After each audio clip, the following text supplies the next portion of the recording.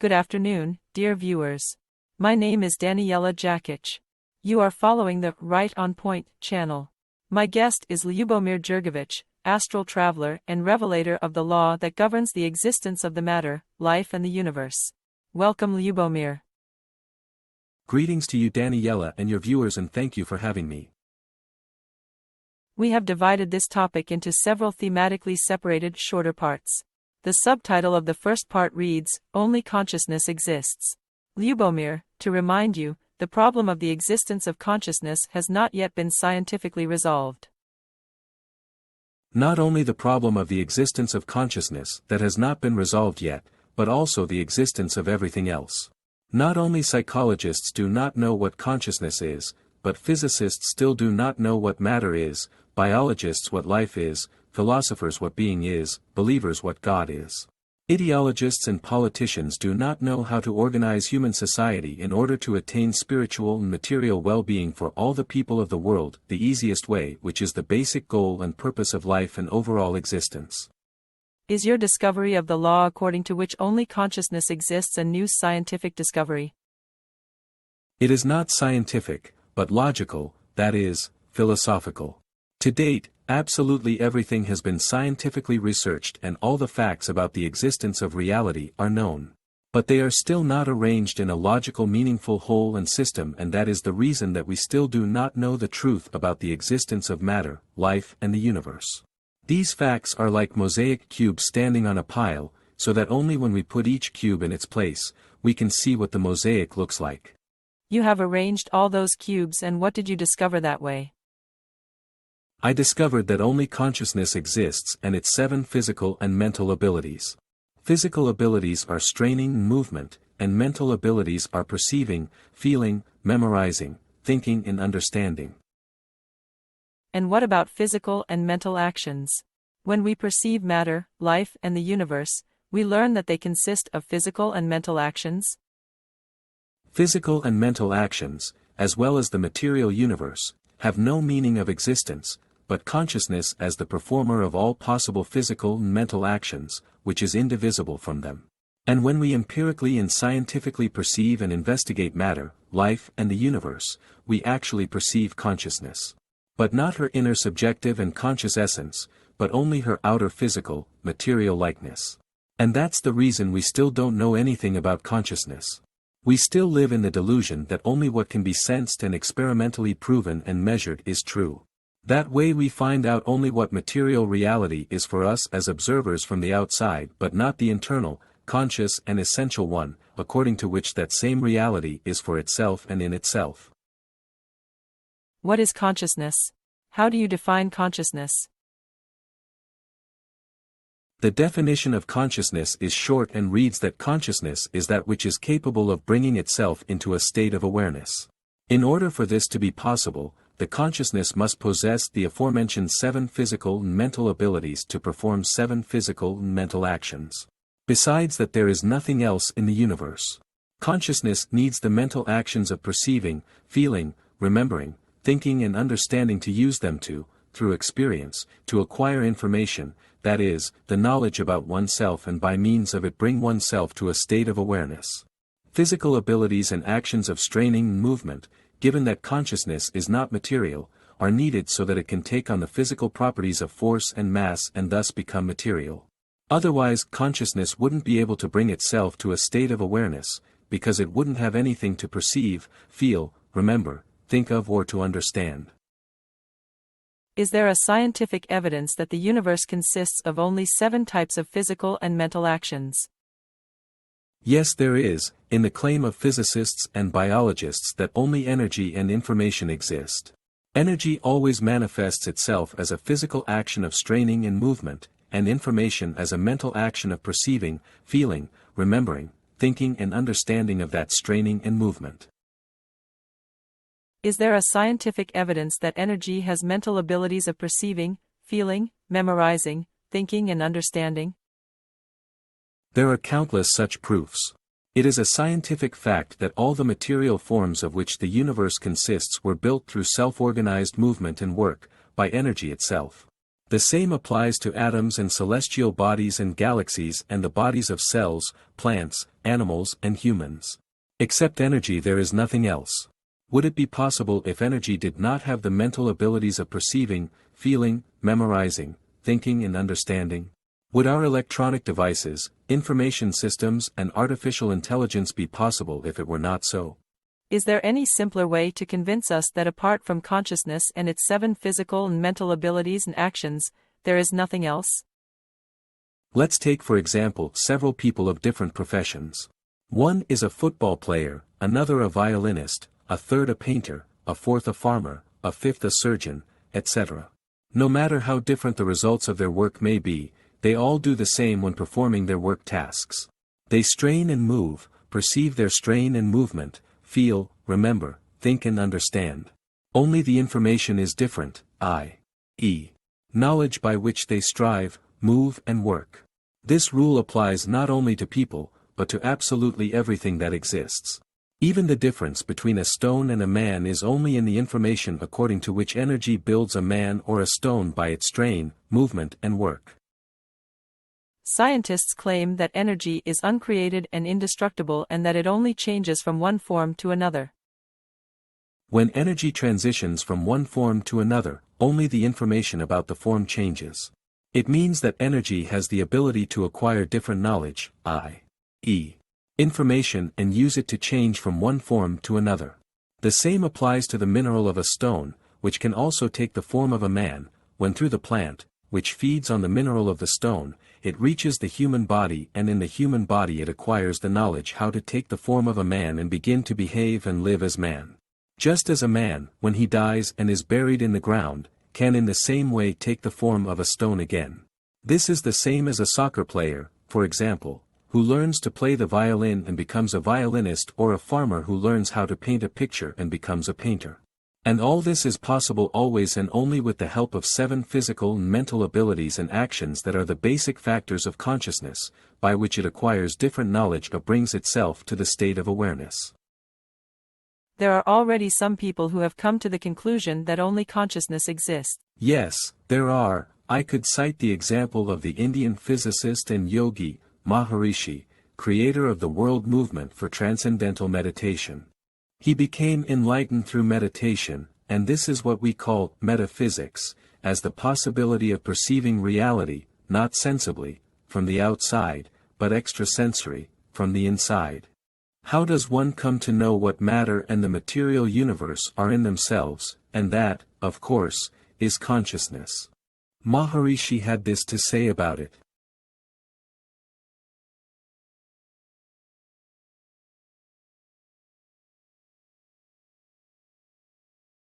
At the base of the world stands the unified field of all natural laws.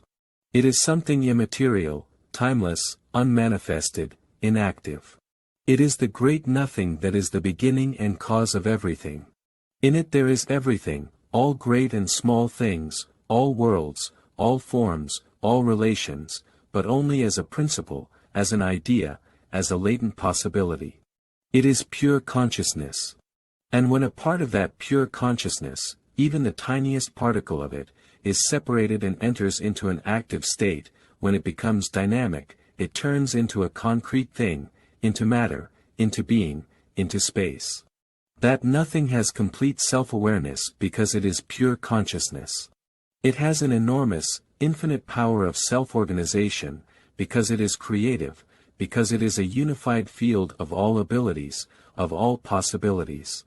Its nature is perfection, unison, harmony, bliss, and everything that arises from it retains that quality, remains bliss. Is there any difference between Maharishi's and your claim that only consciousness exists? There is a difference.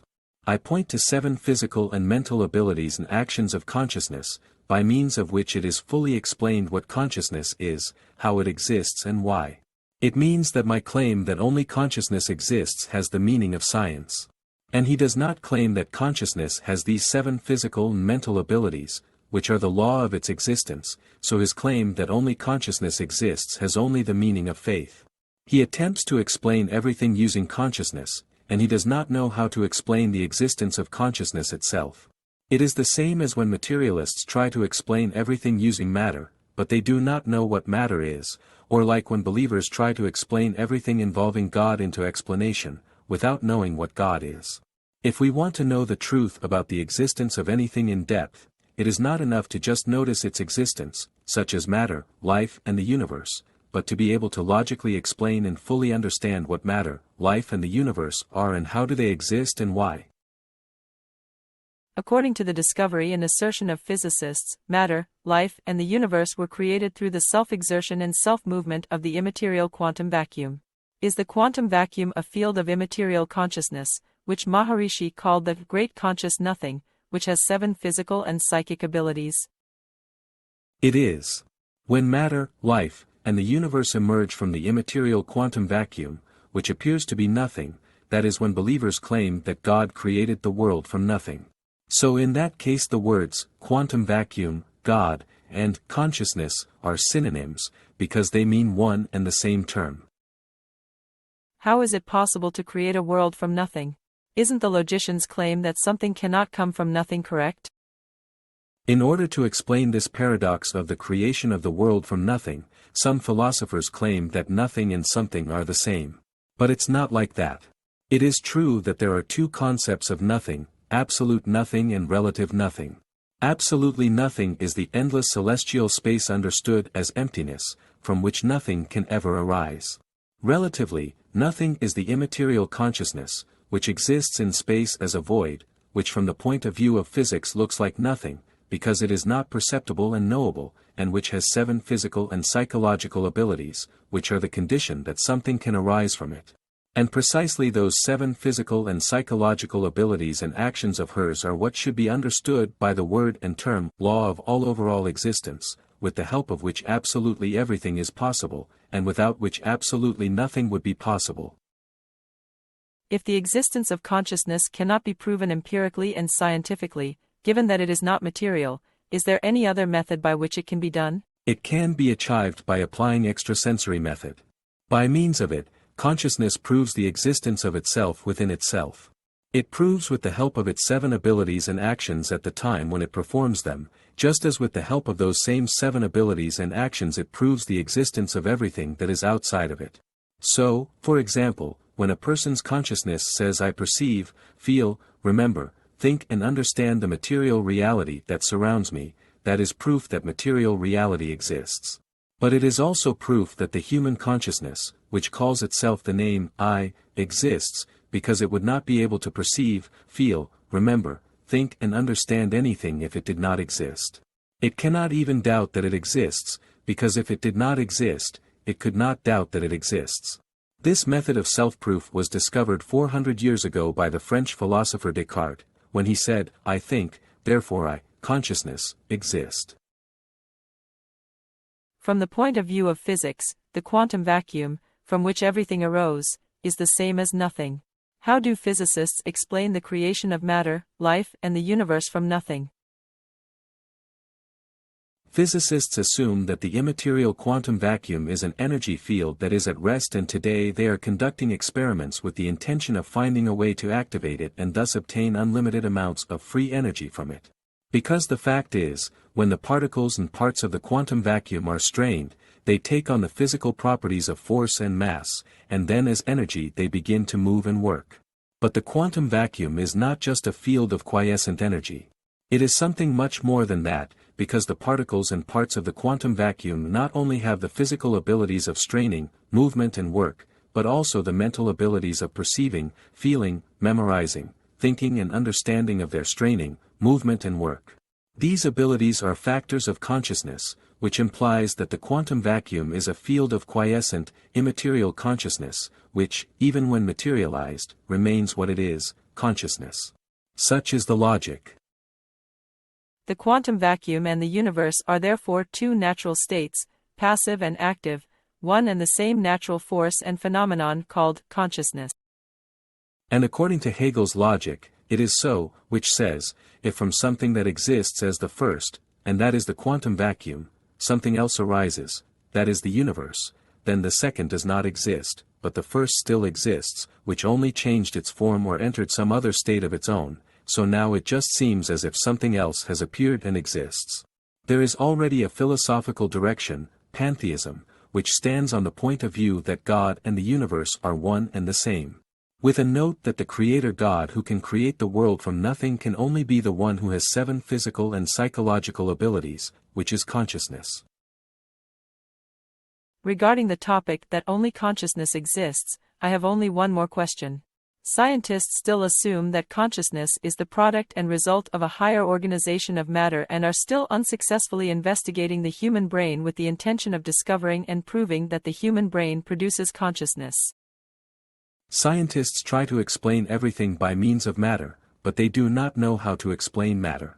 What confuses scientists when they draw the conclusion that the human material brain produces consciousness is the ability of the entire human organism, including the brain, to produce mental processes of perceiving, feeling, memorizing, thinking and understanding.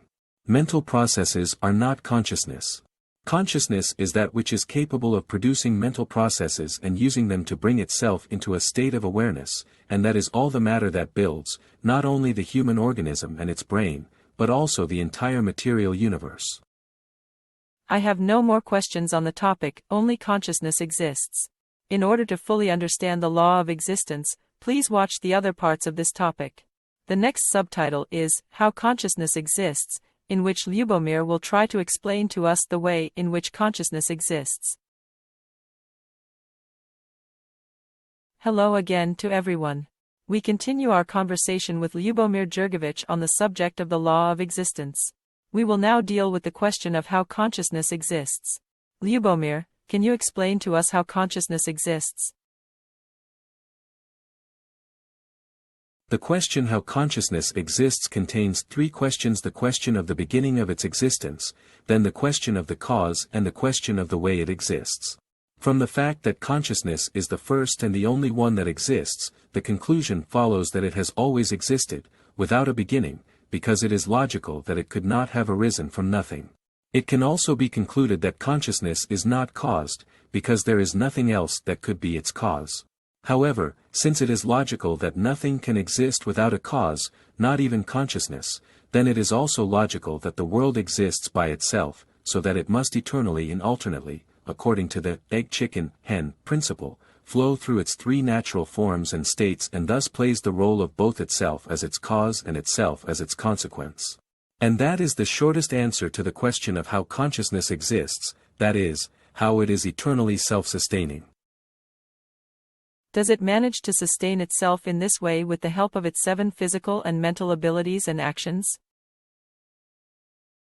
Yes, according to the egg-chicken-hen principle, with the help of the mental process of perceiving, feeling, remembering, thinking and understanding oneself as a physical phenomenon and process, consciousness creates information, i.e., knowledge of oneself as a physical phenomenon and process. As a result of that, later, when it stops physically manifesting as a physical phenomenon and process, and then wants to start manifesting again, it could do it again, with the help of thinking and understanding information about itself as a physical phenomenon and process, so it can cause itself again as a physical phenomenon and process. Then, with the help of itself as a physical phenomenon and process, with the help of its 5 mental actions, it renews the information about itself as a physical phenomenon and process and saves it, so that later on it could again be used to cause itself as a physical phenomenon and process. This explanation implies that information is an important part of the answer to the question of how consciousness exists. Without information, consciousness could not be aware of anything, and without self-awareness it would not be able to eternally flow through its 3 natural forms and states and thus sustain itself. You explained earlier that consciousness is indivisible from its physical and mental actions, as well as the knowledge it carries within itself. That is why, for example, we can never claim that there is any movement as a physical action, but always only consciousness as a moving mover. Nor do any mental actions exist, for example, thought, but always and only consciousness as a thinker who thinks. Nor are there any information, ideas, i.e., knowledge, but always and only consciousness as a knower who knows knowledge, etc. Therefore, only consciousness exists as a performer of physical and mental actions, regardless of whether it performs them or not. The only difference is that it is aware of itself and its physical and mental actions at the time it performs them, and it is not aware of anything when it is resting and sleeping, i.e., at a time when it does not perform them. Does all this also apply to the universe as a whole? When it comes to quantum vacuum, it is a state of rest and relaxation of the consciousness of the universe. With information about the universe in it, the quantum vacuum is like an egg, from which the universe will hatch. And when the consciousness of the universe is strained and activated and begins to evolve based on that information, the physicists named that state of the universe syntropy. This state lasts until the universe is fully developed. And the state of the universe that physicists call entropy is a state that begins when the materialized consciousness as energy gets tired and weakens from stress and movement, so the universe, like a hen, begins to relax, age and finally collapse, disintegrate and return to a state of quantum vacuum, nothingness, stillness and rest. You said that everything that the universe is made of is self-sustaining by flowing through its three natural forms and states. Let's take the human organism for example. All human organisms are born again and again according to the same information and laws of consciousness, develop, then age and finally die. And not only human organisms as a whole, but also all the organs of the human organism function in this way. That's how our lungs breathe. First I sighed, then I exhaled, and then a small pause of stillness and rest before another sigh. That's how our heart beats. And the stomach is filled and emptied again and again. So every morning we get out of bed, move, work and get tired, and in the afternoon we relax and stop, and during the night we stand still, sleep and rest. Can you give another example? That's how the plant world wakes up and develops in the spring, ripens and withers in the fall, and rests during the winter. In the same way, the water in the sea rests and then evaporates and rises into the sky and travels like a cloud, only to later fall as rain and flow like a river to fill the evaporated sea. This repetition or vibration is what we call biorhythm. And energy itself in its simplest form, in the form of an electromagnetic field, is self-sustaining by constantly vibrating. Its vibration is the way in which it flows through all three natural forms and states. That's why physicists have a habit of saying everything is vibration. Therefore, everything that exists, exists in the way of eternal repetition, vibration or reincarnation. It is interesting that consciousness without information, i.e., knowledge could not exist, and yet knowledge is not something that can be claimed to exist. The main thing by which consciousness is information, i.e., knowledge about its physical and mental happenings and actions. That is why consciousness jealously guards and protects all its life experiences, i.e., knowledge, by passing it on from generation to generation. That is why consciousness is always identified with an idea, i.e. the knowledge it carries within itself. When the consciousness of a man, for example, acquires the knowledge of how to cultivate the land, it says to itself, I am a farmer. When it learns how to play the violin, it says, I am a violinist, etc. Thanks to its ability to acquire different ideas by means of its physical and mental actions, i.e., knowledge, consciousness is, therefore, omnipotent. With the help of knowledge, it can turn into whatever it wants and achieve whatever it wants. We can achieve anything if we know how. For example, even in the Stone Age, people could make a television, if only they knew how. However, knowledge can still be claimed to exist. There is always and only consciousness as a knower who knows or does not know knowledge. That is why no one, not even a single scientist, has ever managed to notice any information, i.e., knowledge. It is possible to perceive only symbols of knowledge in the form of letters, numbers, spoken or written words, audio or video recordings and signals, etc. Those symbols would have no value if consciousness did not know their meaning by translating them within itself into living ideas, i.e., knowledge.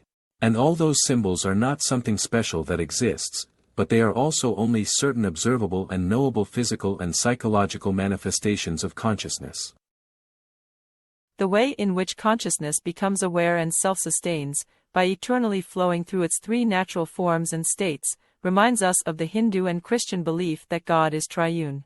Is this similarity coincidental, or do these beliefs have something to do with consciousness?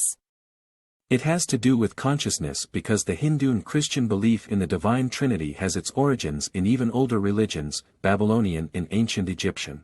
And these originate, probably, from even older vanished civilizations that lived on Earth, such are the Sumerians, Lemurians, Atlanteans, etc.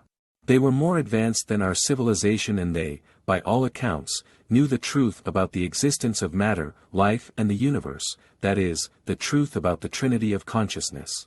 But these later civilizations forgot the true meaning of this truth, and it was later passed on from generation to generation only as the belief that God, who created the world, is triune.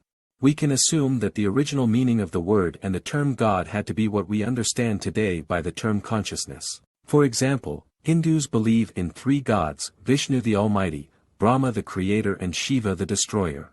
They believe that God Vishnu is the main God, without whom Brahma and Shiva would not be possible.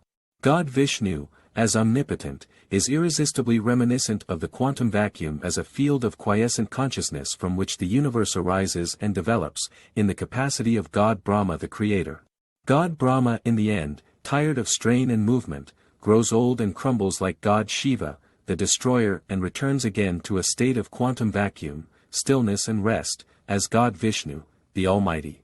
It is similar to the Christian belief in the divine Trinity, Father, Son and Holy Spirit, that God endorsed at the First Council of the Christian Church in Nicaea in 325 AD. The council declared that the Son was true God, co-eternal with the Father and begotten from his same substance. In this belief, the Holy Spirit could be a quantum vacuum as a field of resting consciousness, from which the universe arises as God the Son, which in the end, like an aged God the Father, gradually relaxes, ages and returns again to the state of quantum vacuum, with the meaning of the Holy Spirit or God Almighty. Please note that Christians, following the example of older religions, believe that these three gods are only one God, but they do not have a real explanation of how it is possible that something that is three can be one. There is another ancient belief in divine identity, expressed by the triangle as a symbol. This belief was found by the Armenian researcher Gurdjieff in the ancient writings of the monasteries of Persia and Egypt. It is interesting that here the three sides of the triangle are marked as three forces, of which the lower side is marked as neutral, the left side that goes up as active and the right side that goes down as passive. Here, the lower side of the triangle, marked as neutral, could again symbolize the quantum vacuum as a resting state of consciousness. The left side marked as active could symbolize the universe rising and developing from the quantum vacuum, and the right side of the triangle, marked as passive, which goes down, it could be a symbol of the universe, which is tired of straining, moving and working, gradually relaxes, weakens and finally returns to the state of quantum vacuum, stillness and rest. A triangle symbol with an eye drawn in the middle, called the all-seeing eye, is often found on the icons of Christian temples and monasteries, with the explanation that it symbolizes the divine Trinity. Where does the Muslim belief that God is not triune, but one, come from? I'm not sure I know the answer to this question. If I am not mistaken, the belief that God is one begins with the Prophet Muhammad.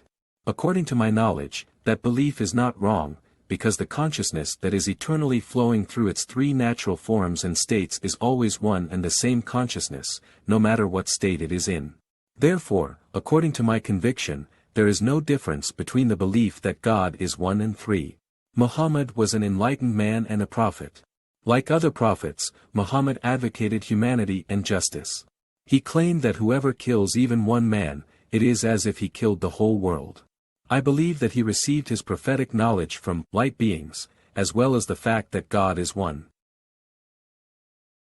These so-called light beings, known in world religions as God's angels, can be seen today in many videos on the internet. Like, for example, in these recordings.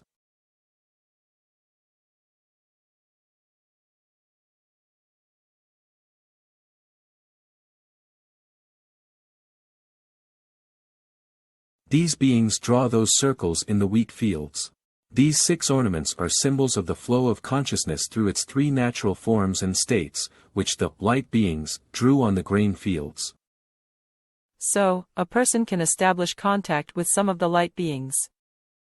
Light beings once upon a time were people of some long-lost, advanced civilization, which served its age and passed from this material dimension of ours to a higher, spiritual dimension. And the beings of light are now here with the task of using their advanced knowledge, from our civilization, to create the same advanced civilization as theirs was. It is similar to how the genes inside the egg carry all the knowledge about the hen, which they will use to create the same hen. People who succeed to become enlightened, in fact, come into contact with some of the light beings, who usually transfer some knowledge to them, with the purpose of using that knowledge to advance humanity on a spiritual or material level. For example, Tesla telepathically received all his knowledge in the field of electrical engineering from a light being, with the aim of improving humanity materially and economically. And what about world prophets, founders of world religions? They also experienced contact with some of the light beings and became enlightened, i.e. became aware of some types of universal knowledge, with the help of which our civilization can improve on the spiritual level. For example, during my numerous astral traveling, which took place between 1980 and 1995, with the help of one of the light beings, who introduced itself to me as God, I received knowledge about the universal law according to which matter, life and the universe exist, with the purpose of using it to improve humanity on a spiritual level, so that there will never be wars again. If God is all that exists, why did the light being presented itself to you with the name, God? We have seen that Hindus believe in the existence of 3 gods, the god Vishnu, the all-pervading one, Brahma, the creator, and Shiva, the destroyer. This implies that all information bearers, who are in charge of creating the material forms of which the universe consists, have the attribute of God Brahma, the creator. This applies equally to the light beings who create humanity, as well as for the genes inside the egg, as carriers of the information by means of which the genes are responsible for creating a hen. All these creator gods are created from consciousness, which is why Hindus believe that the gods Brahma and Shiva are not possible without God Vishnu, as the God Almighty. How can people communicate with light beings? I can communicate either in my mother tongue using words that are spoken, or telepathically.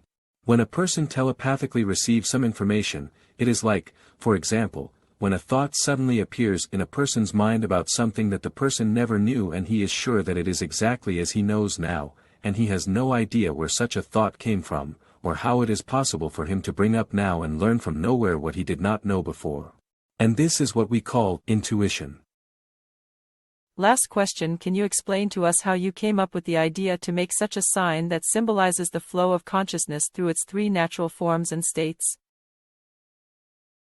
When I realized through my visions and telepathic communication with my astral teacher, being of light, that consciousness exists by eternally flowing through its 3 natural forms and states, it was like a traffic light at an intersection, flashing again and again, alternately. Its 3 lights, yellow, red and green, and since consciousness is always one, and flows through its 3 natural forms and states, it was logical that I should symbolize it using 3 smaller circles, colored yellow, red and green, surrounded by 1 larger circle. In 1988, at the opening of the Olympic Games in Seoul, where all the best athletes of the world gathered, the Koreans demonstrated almost the same symbol, a circle divided into 3 parts, both yellow, red and blue, which, according to the reporter, symbolized the unity of the universe and the unity of all the people of the world. So later I also adopted that sign as a symbol of the Trinity of Consciousness, as well as a symbol of the unity of the universe and the unity of all the people of the world.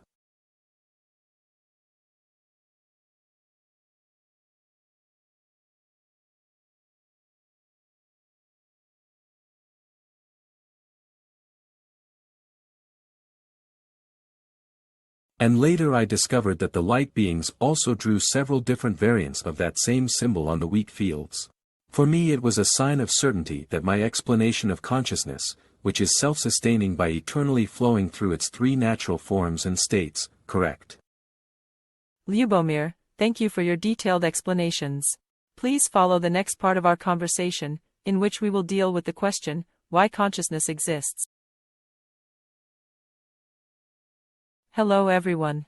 This is the third part of the law of existence, entitled, Why Consciousness Exists. Ljubomir, here you go. The question why something is can only be answered if we know what is the cause of it being.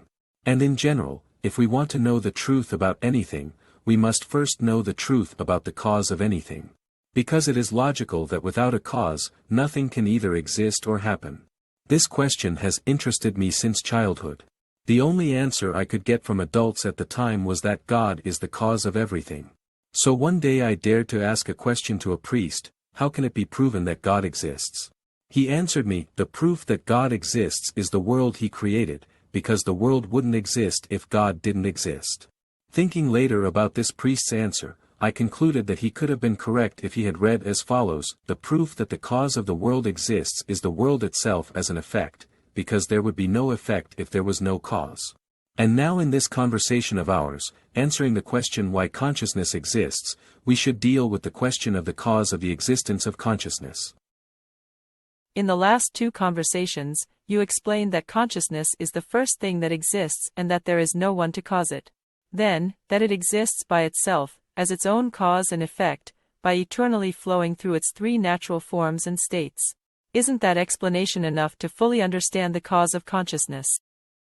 It is not enough, because that explanation lacks the answer to the question why does consciousness cause itself at all? The answer is, because it has to, because it has an enforcer inside of it, that is forever forcing it to do so and which is so powerful that consciousness cannot resist it. That cause is nothing but consciousness itself, apart from which there is nothing else, which eternally forces itself to exist. Consciousness has the ability to sense dissatisfaction and evil whenever its existence is threatened. It is the negative psychological state of consciousness, which it does not tolerate. It wants to free itself from that negative state at any cost and move to a state of contentment and good, which is a positive psychological state that it prefers. Bearing in mind that there is no other way to pass to a state of contentment and good, but rather to remove the cause of its threat, that is what consciousness always does, and that is the answer to the question why consciousness in general, eternally causes itself and exists eternally. Yes, but now the question arises as to how the existence of consciousness can be threatened at all, given that it is the only one that exists. Well, then there is no other explanation, but that it is eternally endangering itself and feeling dissatisfaction and evil, and then it saves itself, so that it can experience pleasure and good. Something similar to that is happening. But it does not endanger its existence on purpose, rather, it is a logical necessity, because it is a condition that it could eternally flow through its three natural forms and states and thus exist eternally.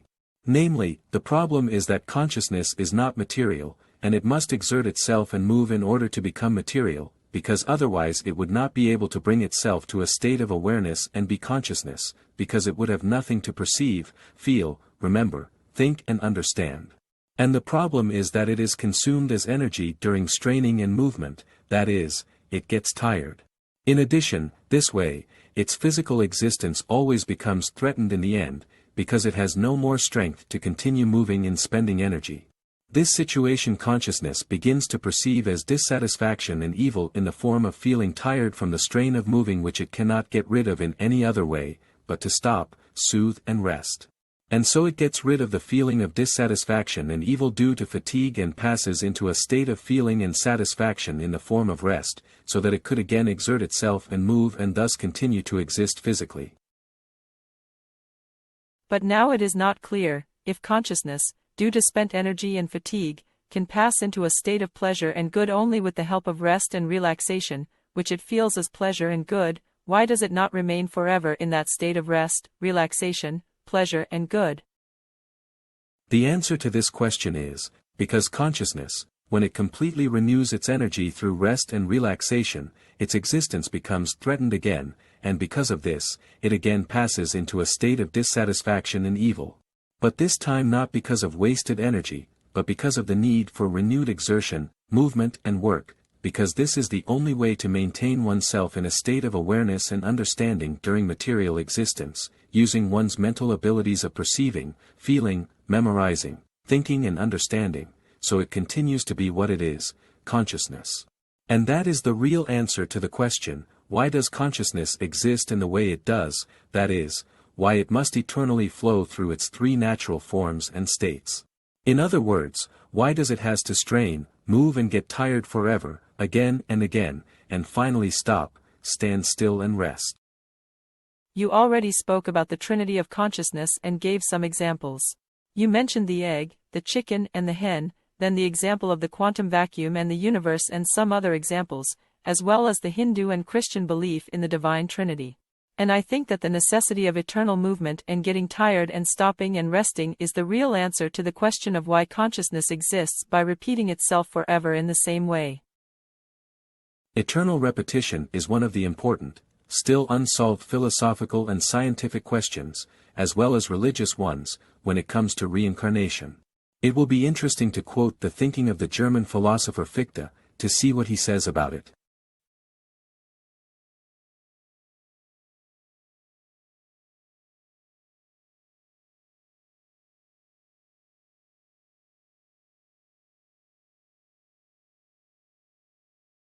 Should I just eat and drink, so that I could get hungry and thirsty again, then eat and drink until the open grave under my feet swallows me up till I would not sprout from the earth as food?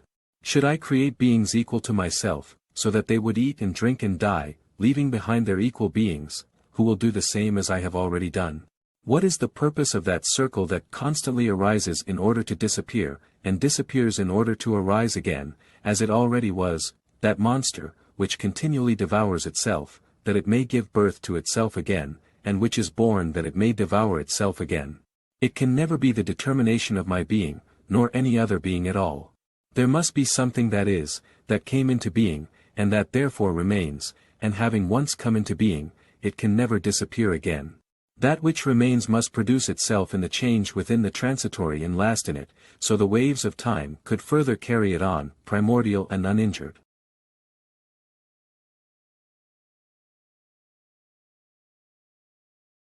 Getting tired and having a rest means spending and renewing energy. What do physicists mean by the term energy? I use the word and concept energy out of habit, although, in fact, no energy exists. The same as matter. When physicists try to define energy, they say that energy is the ability to move and do work. The question is whose ability it is. In the definition of movement and work, it must be said who or what it is that exists that has the ability to move and work, and physicists do not know that. Because movement and work cannot exist without a mover who moves and works. It is, of course, immaterial consciousness, which when it is strained, activated and starts to work, begins to manifest itself physically as energy. Therefore, the correct definition of energy can only be that energy is the ability of immaterial consciousness to exert itself, move and work. Immaterial consciousness, it is an immaterial quantum vacuum. Consciousness as energy that is eternally consuming and renewing itself at the same time is a perpetuum? Yes, consciousness exists in the form of a kind of living wheel, a perpetuum, which by itself rotates forever, so that it alternately spends and renews its energy as it spins. And all with the help of its physical abilities and actions of straining and movement and mental abilities and actions of perceiving, feeling, memorizing, thinking and understanding of that straining and movement, which are eternally, alternately causing each other. Everything physical eventually causes something mental and everything mental eventually causes something physical. This rule of alternating conditionality between physical and mental actions and processes is also in the claim of physicists and biologists that only energy and information exist. We have the example of the hen as an energetic physical process and the DNA information in the egg as a mental process, which are eternally, in the manner described above, causing each other alternately. The rule or law of mutual conditionality between physical and mental actions and processes is universal and valid at all the levels of existence. So, at the end, there is a well-argued claim that the state of dissatisfaction and evil is the main causal, driving force of the entire existence, and the state of satisfaction and good is always the ultimate goal and purpose. Yes, that rule or law of good and evil, which derive from one another, where evil always plays the role of cause, and good the effect, is confirmed by the saying that says, every evil, for some good. And Jergović sang beautifully the connection between good and evil with the verse, which reads, "No one drinks a cup of honey until he has made it bitter with a cup of bile. A cup of bile requires a cup of honey. They are easiest to drink when mixed together." So everything that happens in the universe happens according to the law of good and evil? Right, so we can freely claim that the law of existence and the law of good and evil are two equal halves of one and the same universal natural law. There is a book by the American medium Jane Roberts called Seth's Material. Seth is apparently one of the light beings. This time a light being, named Seth, speaking in a male voice through the mouth of Jane, while she is in a trance, addresses and explains to the students who gather around the medium Jane and record it which Seth says through her mouth. Here, Seth explains precisely that dissatisfaction is evil, the basic driving and causal force of all existence. Dissatisfaction, evil, is called agony here by the name agony, which caused the initial tension, movement and materialization of cosmic consciousness, i.e. the quantum vacuum, and was later the cause of the evolution of the universe. It will be interesting to quote a few short passages from that book about this.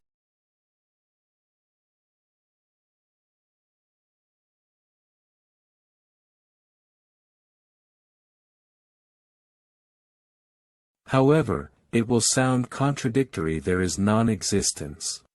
It is a state that is not composed of nothingness, but a state in which the possibilities are known and foreseen in advance, but not expressed. Vaguely through what you would call history, a long time ago, there was such a situation. It was a state of agony in which the capacities for creativity and existence were known, however, the ways in which they were expressed were unknown. Therefore also has a memory of that state. Yet agony itself was used as a means, and agony itself served as a motive force, strong enough to everything that exists has initiated within itself the means of existence. Imagine that you possessed within yourself the knowledge of all the world's masterpieces in sculpture and art and that they pulsated as a reality within you, but that you had no physical apparatus or knowledge on the basis of which to express them and that you suffered because of it the pain of wanting to express them.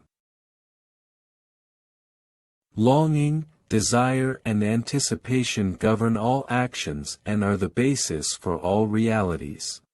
Therefore, within everything that exists, longing, desire and anticipation existed before all other realities. Then the strength and vitality of these desires and expectations became so strong that they compelled everything that could find the means to express them.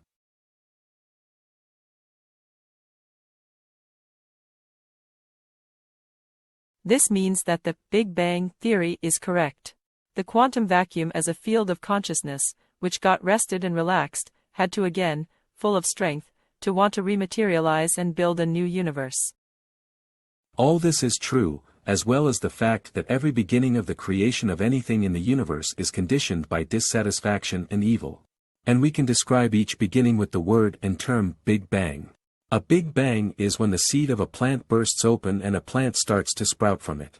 The agony and the Big Bang is also the moment when the chicken finally manages to break through the hard shell of the egg and get out of the shell. Agony and a Big Bang is also when a woman gives birth and when a child comes out of her womb, etc. I, for example, experienced several times that I completely woke up from a dream, but I am not able to move a single part of my body. And I know that other people sometimes experience that too, especially when they find themselves in a coma, then wake up, then try to move. It is a rather uncomfortable and painful psychological state, which can last a bit longer. Only after the movement of the finger or hand, the entire body would be activated.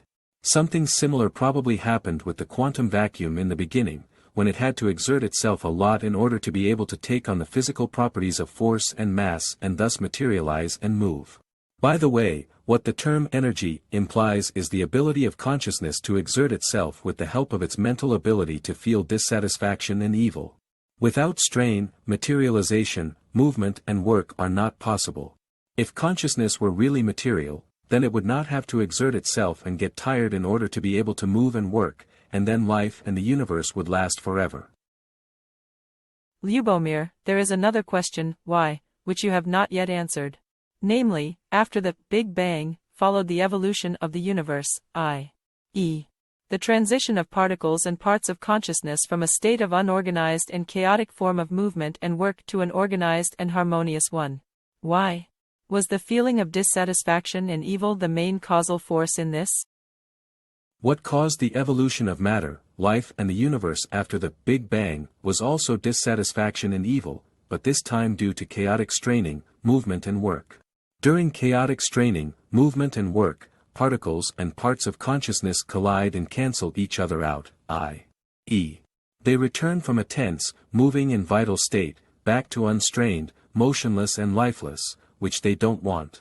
Like, for example, when people go to war and kill each other, it always results in a great feeling of dissatisfaction and evil. Well, in order to avoid evil and achieve good, it is necessary for the particles and parts of consciousness to gradually move from a state of unorganized and chaotic form of movement and work to an organized and harmonious one. And this psychophysical process is what is meant by the word and term evolution. Liberation of consciousness from dissatisfaction and evil, conditioned by chaotic movement and work, implies the creation of organized and harmonious forms of movement and work, that is, the creation of material forms, such as atoms, celestial bodies, galaxies, then single-celled organisms, and the bodies of plants, animals, people etc. What kind of process it is and how does consciousness succeed in it? It is significant here that only members of the same species can create organizations of movement and work. Members of the same species have common spiritual and material needs, which is why only they can unite and organize themselves, i.e., divide work and work results. For example, elementary particles will always unite with elementary particles to build atoms. Atoms unite and build celestial bodies, and celestial bodies build galaxies, and galaxies build the universe. Or atoms combine to form cell bodies, and cells form plant tissues, animals and people etc. How is it possible to build, for example, such a perfect material form as the human organism, which feels itself as a unique living and conscious being, although it consists of many cells as separate living beings? And cells also consist of atoms and molecules, and atoms from elementary particles? This is possible only with the help of an information system, which encompasses, pervades and telepathically connects all living and conscious subjects who build some organization of movement and work, into one conscious whole. Namely, since the strained and activated consciousness of the universe always physically manifests itself as an electromagnetic field that vibrates, and since these fields can be of different sizes, vibrations and densities, there is a possibility that smaller and denser fields with faster vibration are always accommodated and self-organized within larger and less frequent with a slower vibration. This is how hierarchically complex organizations of movement and work are created, that is, complex living and conscious beings that exist within each other. As this picture shows elementary particles in atoms, atoms in celestial bodies in galaxies and galaxies within the universe. In the same way, organic beings are also built. Elementary particles in atoms, atoms in cells and cells in the bodies of plants, animals and humans. All these beings are alive and conscious and all have their own electromagnetic envelopes, i.e., auras, in the form of living and conscious fields. The entire universe and everything within it is built of living and conscious electromagnetic energy fields. And Tesla confirmed it when he said, "Everything is energy, everything is electricity and everything is light." Energy, electricity, and light are three different ways in which the consciousness of the universe manifests itself physically and three different ways in which man can sense it. The feeling of dissatisfaction and evil is a negative psychological state of consciousness, and therefore undesirable. Can it be avoided somehow? The feeling of dissatisfaction and evil is a negative psychological state of the consciousness that it does not tolerate, but its function in the overall existence is positive, because it takes care of the overall existence. As a causal force, it compels consciousness to do again and again what enables its existence. Which means, if there were no dissatisfaction and evil, then consciousness would collapse and disappear and it wouldn't matter if it exists or not. And as for the question of whether dissatisfaction and evil can be avoided, the answer is that they can. So the consciousness must know how, when and why dissatisfaction and evil appear again and again and what it needs to do in a timely manner to avoid dissatisfaction and evil. As, for example, our lungs have learned to breathe regularly and rhythmically, on which occasion we feel no evil. We would feel it only if something prevented us from breathing properly and rhythmically. It means that only with the help of the knowledge of the law of good and evil, according to which consciousness must necessarily flow through its three natural forms and states in order to exist, all dissatisfactions and evils can be avoided in a timely manner. I have one more question. What is death? If we understand what life is, then we also understand what death is. Life is consciousness, and being alive means being aware. And since consciousness is eternal, i.e., uncreated and indestructible, it means that there is no death. What confuses us when we talk about death is the fact of disintegration and disappearance of material bodies, atoms, celestial bodies, galaxies, and the bodies of cells, plants, animals and people. These bodies are hierarchically complex organizations of movement and work of parts and particles of consciousness that can be built and destroyed again and again. They do not condition vitality, i.e., awareness of anything, but vice versa, aliveness, i.e., awareness is a condition for these organizations to come into being. Life and consciousness continue to exist even when these organizations collapse. Like, for example, the sand on the beach is sand before the child builds a tower out of it and remains sand even after the tower collapses. When it comes to man's life and consciousness, the true man is man's soul, that is, aura, which exists in the form of an electromagnetic field. It does not consist of anything else, except itself, which was alive, conscious and eternal even before it joined the body and which remains alive and conscious even when it is separated from it. This also applies to all those energetic, material, living and conscious particles that make up the body. To reiterate, in a YouTube video entitled Messages from Light Beings, I spoke about my rich experiences of separating my soul from my body and reuniting with my body.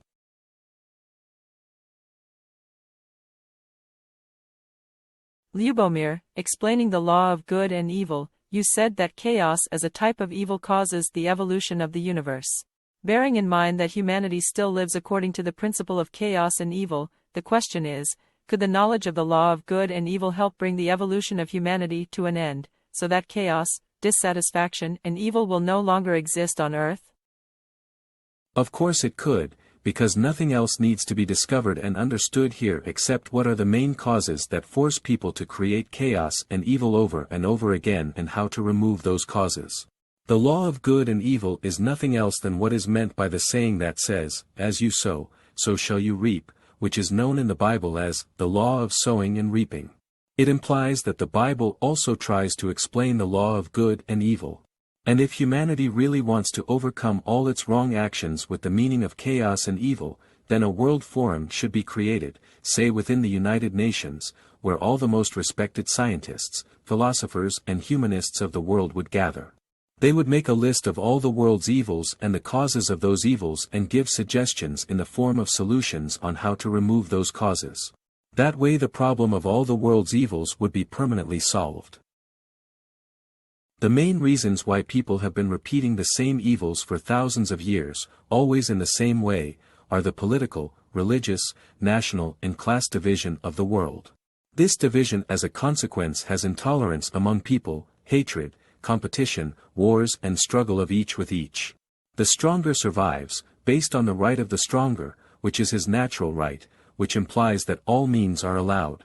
These world divisions and the chaos and evil they cause are today justified by world science and philosophy and world ideologies and politics. These divisions and their mutual competition and struggle are considered as the natural and best way of self-preservation and advancement of the human species. This principle of chaos and evil is known to us today under the names Darwinism, natural selection, and democracy, and capitalism. All previous unjust social and economic orders, slavery, feudalism, fascism, capitalism, communism were built on this principle. These four world divisions, political, religious, national and class, without which interpersonal hatred, competition and world wars could not exist, were the cause of all world evils up to now.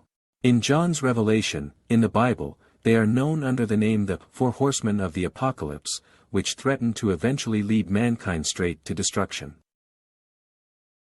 When it comes to human society, what do you think are the main causes of the world's worst evils? Could these kinds of world divisions be overcome? Of course they could. Provided that people, with the help of understanding the law of existence and the law of good and evil, become aware, that is, to become intellectually enlightened. They need to understand that these four types of world divisions have absolutely no value for life, because it is not something that can be eaten and lived from, but only sustains suffering, impoverishment and dying. Please bear in mind that there is no other goal and purpose of all life, except spiritual and material well-being, and that this goal and purpose cannot be realized by means of any one of these four types of worldly divisions and affiliations but only with the help of a united world economic community, created according to the principles of a fair division of work and the results of work. We can see this principle on the example of many billions of cells that make up a single human organism where there is no other divisions, except for the fair division of work and the results of work. What is the principle of harmony and good? The principle of harmony and good implies the unity of all the people of the world, peace, order, mutual assistance, love and justice. This principle still does not rule in either nature or human society. It is a proof that nature and human society have not yet evolved to the end. And it won't until people decide to apply this principle in practice. This principle is an integral part of the teachings of all world religions, but the believers respect it only as a religion, inside religious temples, but they practically do not live by it. They are already obliged to live according to the official world ideological political laws of world division, competition, hatred and struggle. What is the main reason that believers of the world still live according to political world laws and not religious ones? The main reason is that the believers of the world, along with advocating love between people, do not at the same time advocate a united just world social and economic order, without which love between people cannot exist. Christians, for example, have been advocating love for 2,000 years, and their love is still nowhere to be found. They talk about it only in their churches and practice it only as a religion, and as soon as they leave their church they continue to live according to state, ideological and political laws based on division, competition, hatred and struggle. The terms freedom and evil can never go together. Wherever there is evil, there cannot be freedom. What is freedom? Freedom is a circumstance in which consciousness, i.e., life, can flow through its three natural forms and states unhindered, without dissatisfaction and evil. The evolution of the entire universe and all things in it is aimed precisely at finding the best solutions, i.e., knowledge of how to succeed in this. Because dissatisfaction and evil, and thus at the same time unfreedom, always appear, when the existence of consciousness is threatened, to warn about it. And if consciousness has knowledge about when, how and why dissatisfaction and evil appear in all possible situations and what it should do to get rid of it, it can always do it in a timely manner, before they even appear, and then dissatisfaction and evil, and thus at the same time lack of freedom, will never be possible. So, information, knowledge or the idea of harmony and good, is the main, missing factor because of which humanity still lives in chaos and evil. Let's remember the claim of physicists and biologists that only energy and information exist. It is information, knowledge or ideas that rule the world and everything depends on them. If they are wrong, the life that follows them will be wrong. The Chinese philosopher Lao Tzu knew this more than 2,000 years ago when he appealed to people to be careful about their knowledge, because it becomes their thoughts. Then, to watch their thoughts because they become their desires. To watch their desires because they become their actions. To watch their actions because they become their habits. And to watch their habits because they become their destiny. Therefore, if humanity wants to move from a state of chaos and evil to a state of harmony and good, the only way is to stop living according to the information of chaos and evil, and start living according to the information of harmony and good. You said that in order to succeed in this, people need to become aware and intellectually enlightened with the help of the idea of harmony and good. What do you think it means to be aware or intellectually enlightened? To be intellectually aware or enlightened means to know the universal rules of harmony and good and to live by them. Today, many spiritually advanced and enlightened individuals in the world know that the basic natural law that enables harmony and good is love. Therefore, among the people of the world, they advocate deep meditation and contemplation as a way to practically experience that universal love, through which people will become aware and enlightened. They expect that in this way, unity and love will prevail in the world one day, among people. However, the problem with this method of becoming aware and enlightened is that there are very few individuals who succeed in becoming aware and enlightened using this method. That's why I'm not a supporter of this method, but the other, intellectual one we're talking about, which, in my opinion, is much simpler and more effective. Could you explain your method a little more? Man is, first of all, a being of reason, and because of that, his intellectual awakening and enlightenment is necessary. It implies knowledge of natural laws by means of which spiritual and material well-being are most easily attained, and man's decision to start living according to these laws. Chaos and evil or harmony and good, and thus at the same time hatred and love, can therefore be understood, and not only experienced and felt through an active life or meditation as some kind of universal laws. So, for example, all bad human character traits in the form of feeling greed, desire for wealth and power, cruelty, callousness and all possible other egoisms of the worst kind, which spring from man's psychological ability to feel his existence as good or evil, can and should be submitted to the control of reason. These low human passions should not be allowed to rule the reason and use it to achieve their dark ends. Many people today, when making important life decisions, say that you should listen to your heart, and that means your feelings, not reason.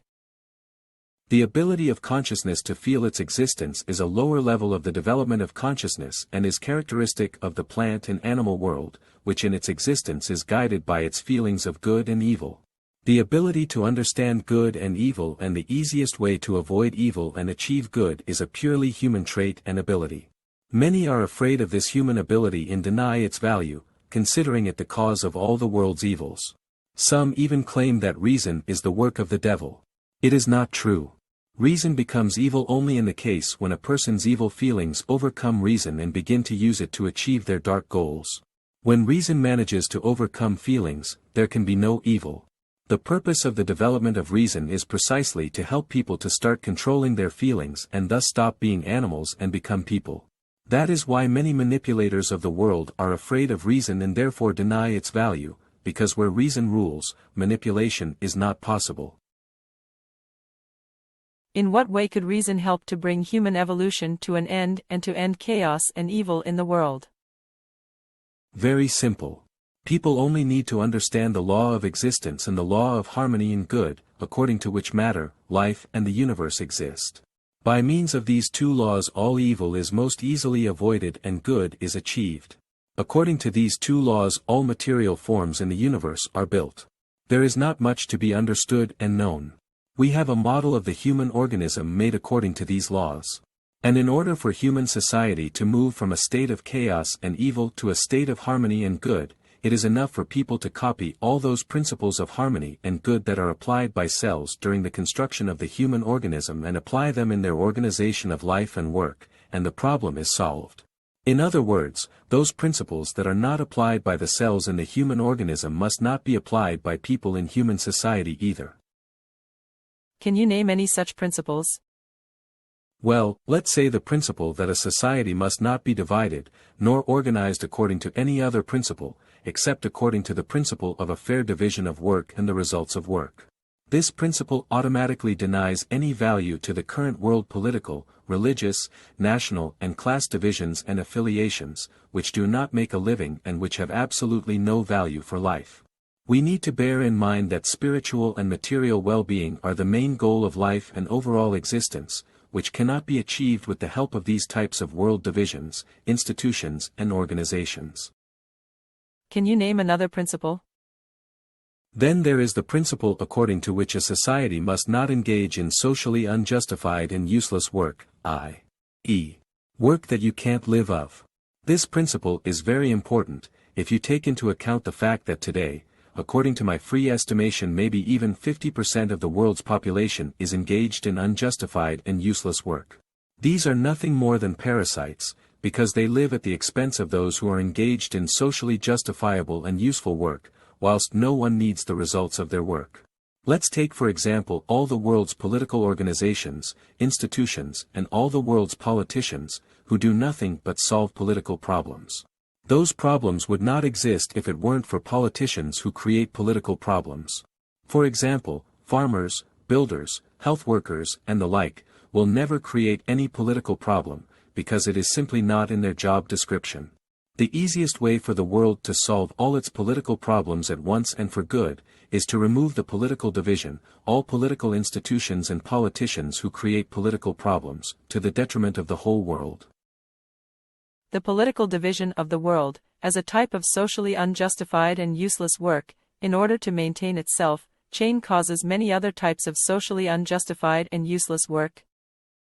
Of course, there is also all the state political administration, then military mechanisms and war technologies and their production. Then the world tax system, necessary for the maintenance and survival of state political institutions, their administrations, war formations, and war technologies. There is also money and the world banking and trade commodity money system, without which the tax system cannot exist. There is also all the world's crime and exploitation of people that without money could not exist. Please bear in mind that there are highly developed techniques by which money can be easily obtained and one can live very richly, without real socially justified and useful work. If the organization of life and work according to the principles of harmony and good does not imply money, the question is how without money in a harmonious society could the distribution of the results of work be carried out? When in a harmonious society, the other half of human society that is engaged in socially unjustified and useless work involves itself in socially justifiable and useful work, then there will be twice as many material goods needed for life, and money will not even be needed. And what is, for example, with sporting, cultural and artistic and other similar activities, societies and organizations? They can't make a living from their work. Nevertheless, their work is socially justifiable and useful, because people achieve a higher meaning of life and existence through such activities, so that their lives are not reduced to just working to live and living to work. It is only important that such forms of work have no harmful consequences for anyone. The difference will also be that such work will not be compulsory and that people will engage in it only in their free time and according to their free will and choice. It would not be fair if people could, like today, professionally engage in this type of work, because then we have a situation where some people do hard, arduous and boring jobs all their lives and often can barely earn to survive, while others just play all their lives and have fun and earn fabulous amounts of money at the same time. And when everyone has to engage in socially justifiable and useful work, then there will be more material goods than necessary, so working hours will be able to be significantly shortened. And there will be more free time for all people, because all people like to play and have fun. Everyone will respect these rules of attitude towards work, because this will be the moral system, in accordance with which all people will be educated and brought up. One of the problems of human society is its multiplicity. There are about 8 billion people living on Earth today, so it is difficult to coordinate them so that they all move and work in an organized and harmonious manner. The number of people is not a problem. For example, the human body is made up of many billions of cells that are perfectly organized and do good. This knowledge of harmony and good cannot be acquired without experiencing chaos and evil. Sometimes it is a difficult and slow evolutionary process, which does not always have to end with harmony and good. This can also happen to human society, which has been creating the same kind of chaos and evil over and over again for thousands of years and which still has not learned what harmony and good are. So it happened that we directed our evolution in the opposite direction. By developing the technologies of war, we increase chaos and evil as if they have the meaning of harmony and good, so that today we are already on the verge of self-destruction. Earlier you explained that organizations of life and work can only be built by members of the same species, because they have the same spiritual and material needs, which can most efficiently be met by joint, organized work. Why do humans, as members of the same species, still fail at this? Because all people in the world are not members of the same species. Not everyone has the same genetics.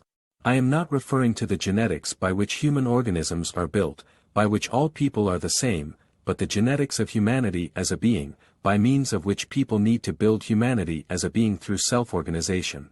They have no knowledge, that is, the idea of a united worldwide just social and economic order, without which there can be no harmony in good, nor spiritual and material well-being. Politically, territorially, nationally, religiously and class-divided, they are not members of the same species and cannot create a single just world social and economic order, but will continue to be divided, hate, war and live in chaos and evil until they self-destruct. Being a member of an ideology, politics, religion or nation is not a material need of a person that serves a person's maintenance, but a spiritual one.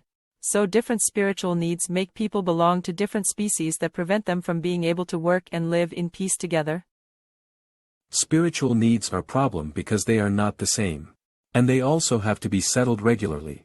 They manifest as different ideologies, politics, nations, religions, cultures, different moral systems and traditions, different languages, etc. These are the reasons why all people cannot think, want, work, or have the same habits, so they cannot even live together, let alone meet their spiritual needs together and in an organized manner. These needs, by the way, they regularly consider as some kind of irrefutable and inviolable truths that they glorify to the sky and consider as sacred things that must not be desecrated. In practicing them they often even find the meaning of their lives. Because of these spiritual differences, intolerance, hatred, wars and all possible evils are eternally created between people. Then such spiritual needs are the evil genetics of humanity that is passed on from generation to generation, through which chaos and evil are eternally repeated. This evil genetics has great power over people. As, for example, the genetics in the egg have great power, by means of which only a chicken can be hatched from the egg and nothing else. And then people start to think like that, when they claim, for example, that a Serb can only give birth to a Serb, a Croat to a Croat, a Catholic to a Catholic, Orthodox to Orthodox, Muslim to Muslim, Democrat to Democrat, Communist to Communist, etc. That's how the evil genetics of humanity has been passed down from generation to generation for thousands of years, although it has no practical value for the normal and happy life of people. Man's only true natural belonging that has practical validity, because man is born and dies with it, is his human belonging. And until all the people of the world understand that they have no affiliation other than human, they will continue to be both physically and spiritually divided and will continue to live in hatred of chaos and evil. It is not known on planet Earth that any members of the same species divide and hate each other so much, fight and kill each other and self-destruct as members of the human species. When members of different species live and relate to each other in this way, with the aim of their own survival, as for example when a lion devours an antelope, it is one thing. And it is completely different when members of the same species live and treat each other like that, such as people in human society, because that is evidence of the worst possible cruelty and not knowledge and awareness of how to live in order to avoid chaos and evil and achieve harmony and good. Judging by this, people in human society are the most unintelligent, the lowest, the most unreasonable, the most undeveloped and the most unconscious species of living beings on Earth. Even in the animal world, members of the same species do not treat each other so ferociously. It is not clear how today people can consider that the division of the world, competition, the right of the stronger and natural selection is the best way of survival and development of human society. This happens because society at the very beginning of its development, when it is considered that the struggle for survival is a natural way of self-preservation, always during that struggle, is divided into winners and defeated, into slave owners and slaves, into exploiters and exploited, into superiors and subordinates, on masters and servants, on the exalted and the humbled, etc. In addition, the upper, ruling, exploitative and rich class creates chaos and evil again and in this way manages to constantly increase its power over the lower class, and thus also its material wealth, which it sets as the goal and purpose of life. Furthermore, the rich class of exploiters starts to claim that the principle of division, competition, hatred and struggle is a natural principle, by means of which it is easiest to get rich, survive and progress. And because of this, this exploitative, ruling and rich class still, even today, does not allow human society to pass from a state of chaos and evil to a state of harmony and good. That is why then that this stronger class strive for the principle of chaos and evil to rule the world forever?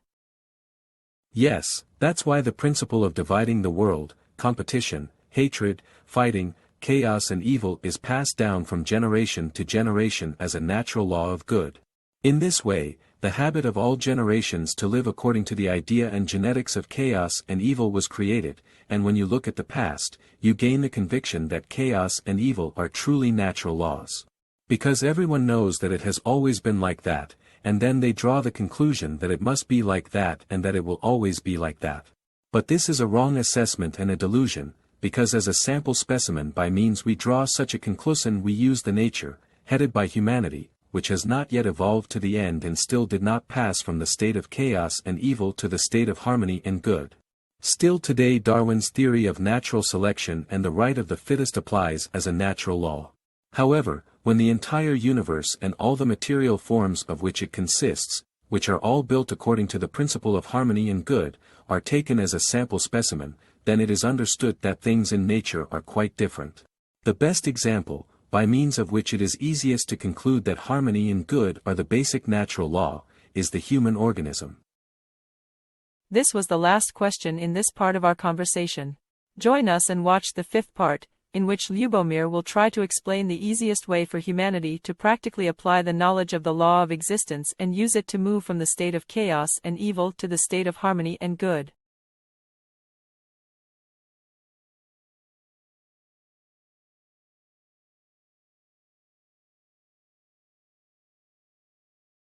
Ljubomir, let's finally talk about the way in which you think people could most easily and painlessly move from a state of chaos and evil to a state of harmony and good.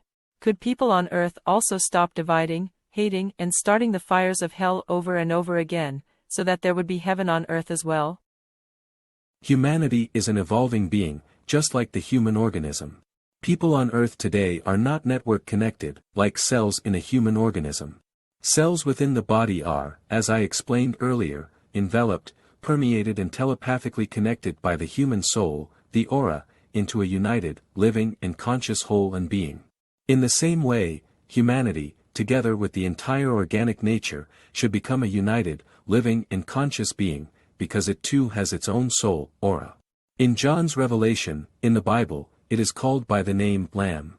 However, this is not going to happen before people create paradise on earth and thus pass from the old to the new age. And that will happen when humanity unites, creating a unique, just, world social and economic order and thus moving from a state of chaos and evil to a state of harmony and good. Christ described this event of joining our common consciousness with us as lightning that shines from the east to the west, and as trouble, the likes of which has never been, nor will be. For that to happen, therefore, we just need to unite, establish lasting peace and create a just order. The question is, how? We said that physicists and biologists claim that there is only energy and information. When it comes to the evolution of the consciousness of the universe, which comes down to its transition from a state of chaos and evil to a state of harmony and good, this implies that its evolution takes place first according to the information or idea of chaos and evil and finally according to the information of harmony and good. We said that the information or idea of chaos and evil implies division, competition, hatred, fighting of everyone with everyone and injustice, and the information or idea of harmony and good, unity of all, peace, mutual help, love and justice. In the world today, there are two types of institutions, political, as carriers of ideas of chaos and evil, and religious, as carriers of ideas of harmony and good. Considering that humanity still does not live according to religious teachings and ideas of harmony and good, but ideological political ideas of chaos and evil, it is understandable that humanity will not be able to move from a state of chaos and evil to a state of harmony and good, as long as the world's religious institutions do not begin to organize the life and work of human society according to their teachings and ideas of harmony and good. This will not be easily achieved. For example, Jesus Christ and the Christians after him, unsuccessfully, have been advocating love, harmony, and goodness for 2,000 years. What, according to you, is the main reason that Christians even today have not succeeded in this. They started well with the idea of harmony and good. They began to follow Christ's teaching and relate to each other in accordance with that teaching. And this means that they started to build a just social and economic order, without which peace between people and love cannot exist. And when it caught on and when the Roman rulers and rich people of that time were afraid that because of this they could be left without all their wealth and privileges, because Christ claimed that a camel will go through the eye of a needle before a rich man goes to heaven, they killed Christ and began to persecute Christians. So when they saw that the resistance of the Christians was strong and that they would not be able to overcome them easily, they resorted to cunning. By what cunning? What did they do? They announced that the main persecutor of Christians at that time, Paul or Saul, who was later proclaimed an apostle, became enlightened and that during his enlightenment Christ addressed him with the question, "Saul, Saul, why do you persecute me?" Later, the Romans allegedly repented of the persecution of Christians and, as a sign of repentance, decided to declare Christianity the state religion. But, there is one but, on the condition that Christians must not engage in state affairs, which means that they must not oppose the previously depraved life of the rich and violent Romans, but must engage only in faith in God and Christ. And so it happened that Christ's principle of love and justice became a faith, which was told only inside Christian temples, while Christians outside their temples continued to live according to the state laws of the right of the stronger, natural selection, chaos and evil. This included even the Christian Church. Let's just remember those first depraved Christian popes, the Crusades and other religious wars, the Inquisition, etc. It means that since then Christianity is not true Christianity. True Christianity was only the original one that began to build a just order. The same is the case with other religions. All of them have the principle of harmony and good in their teachings, but the believers of none of these religions live according to their beliefs, but according to the state laws of natural selection, chaos and evil.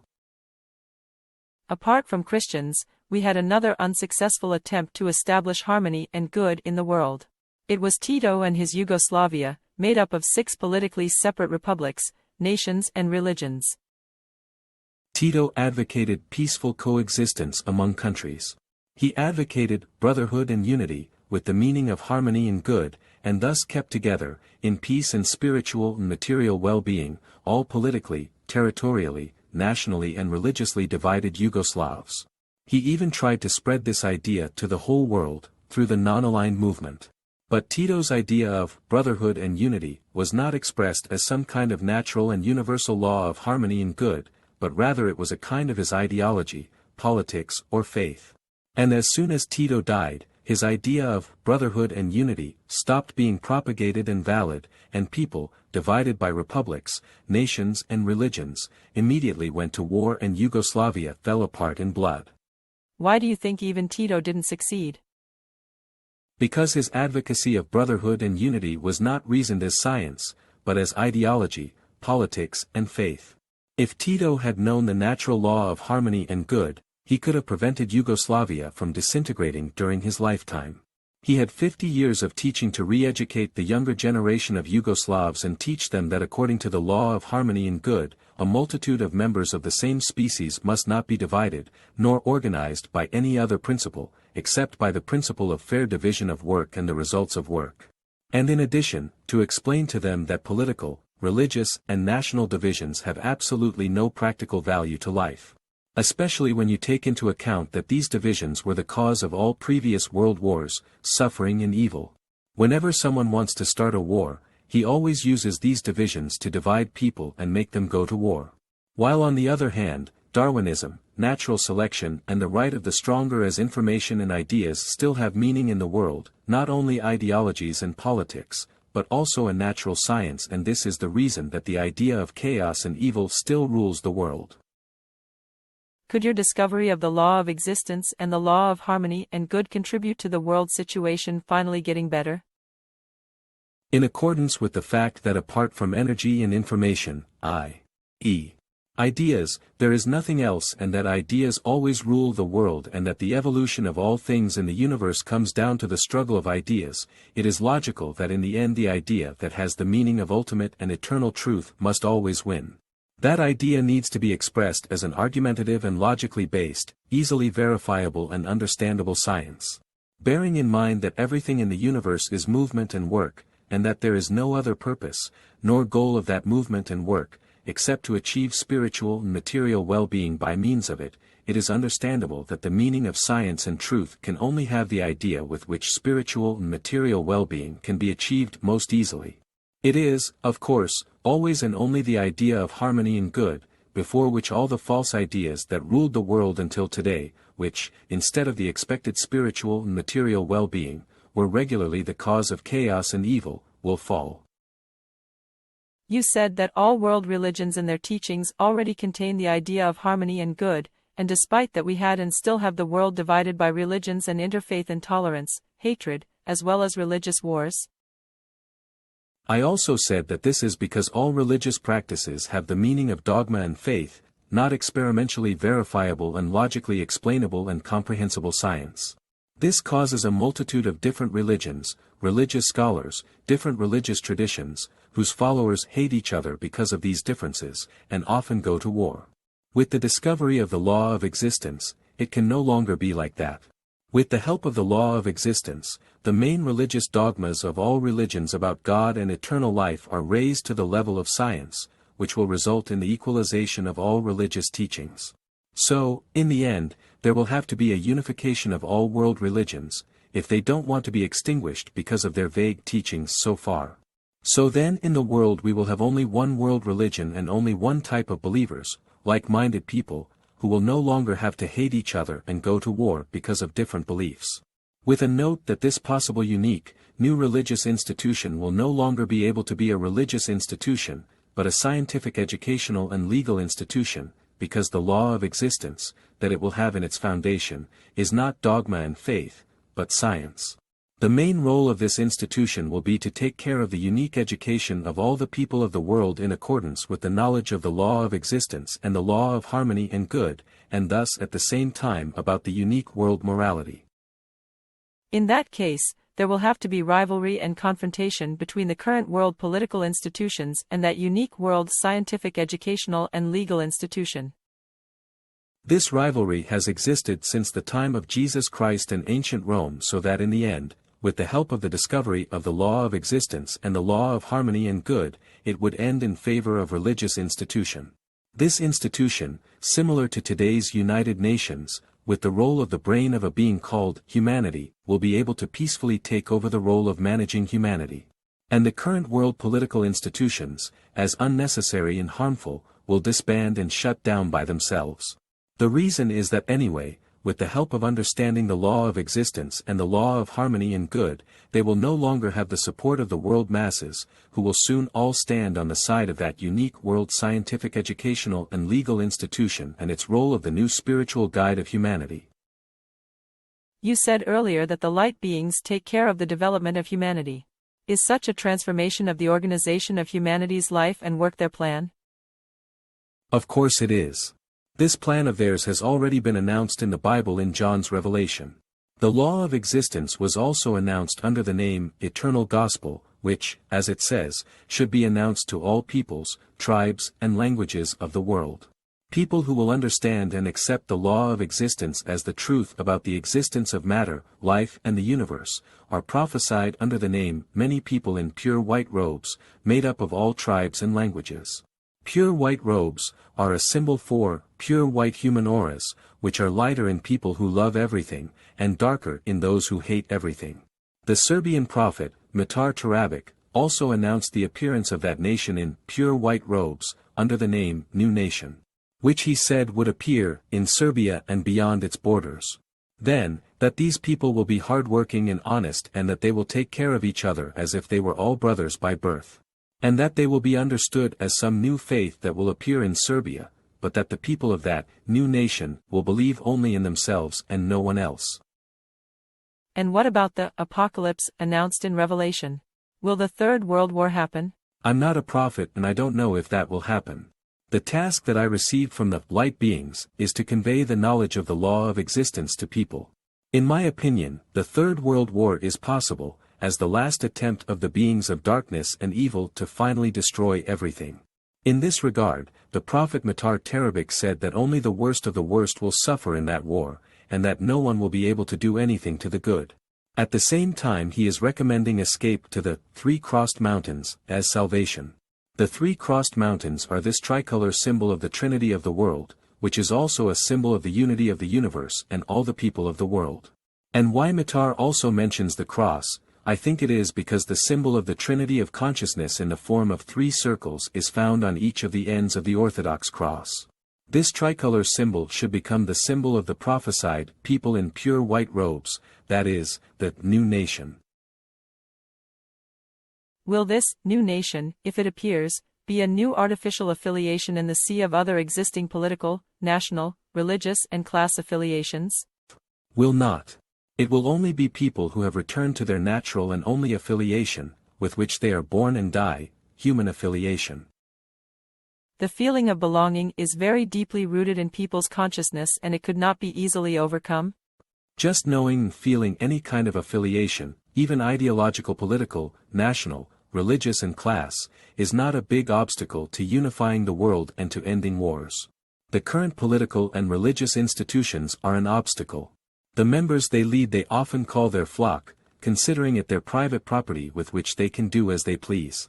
They are the ones who emphasize the importance of the differences between such divided people, glorify their value, deny the possibility of their common life and thus create hatred, intolerance and wars among politically, religiously, nationally and class-divided people. And those institutions are the only ones that wholeheartedly strive to make such divisions last forever, because without them they would have nothing to rule and no one to exploit and get rich. That is the only thing in their job description and the reason they exist. Those who rule the world now, just like at the time of Christ, will not want to allow the establishment of a just order, because then they would be left without power, money and privileges. When a just world social and economic order is established, only then will our civilization be born as a being and the wealth that all people will then be able to acquire will be much more valuable and greater than the wealth that rich people have today. Because then all people and all living beings will be encompassed by our collective consciousness, and all telepathically connected into a single living entity and being. Then people will be able to communicate telepathically, through thoughts, with each other and with animals, without the need to know any language. Then, both people and animals will be able to renew their body's energy directly from our collective consciousness, through breathing, and then, as it says in the Bible, the lion and the lamb will be able to sleep together in peace, because no one will have to devour anyone in order to live. And if that's possible, look at the interview on the internet of Argentinian Victor Triviano, who for 7 years hasn't eaten or drunk water and is still bragging about how he got fat. Also, we will be able to leave the body and fly at will. I am talking about astral traveling. We will be able to see and talk to our dead relatives and friends. Human life will be extended for hundreds of years. Our civilization will connect with other advanced civilizations within our galaxy and tourist travel within our galaxy will become possible, etc. All this is much more valuable than what today's rich people in the world could buy with their money, no matter how much money they have. We have come to the end of our conversations. Do you have anything you would like to say to the viewers at the end? In the end, I want to say to those who might possibly hold something against me, if there are any, that I did not discover either the law of existence or the law of good and evil. All the explanations of these laws about the existence of matter, life and the universe, I received gradually, during the full 15 years, during my many astral travelings, from my astral teacher, the light being, who introduced himself to me under the name God. And now I am just passing these laws on to you. So if someone does not agree with these laws and the social and economic world reforms, which should be implemented according to these laws, let him try to refute them with arguments, scientifically, logically or in any other way, and if he succeeds in doing so, he has solved a problem and in the end, all that remains is to greet you all warmly and thank everyone who had the patience to watch and listen to all of this. And of course, I wish you a happy transition from the old age of chaos and evil to the new age of harmony and good. Thank you.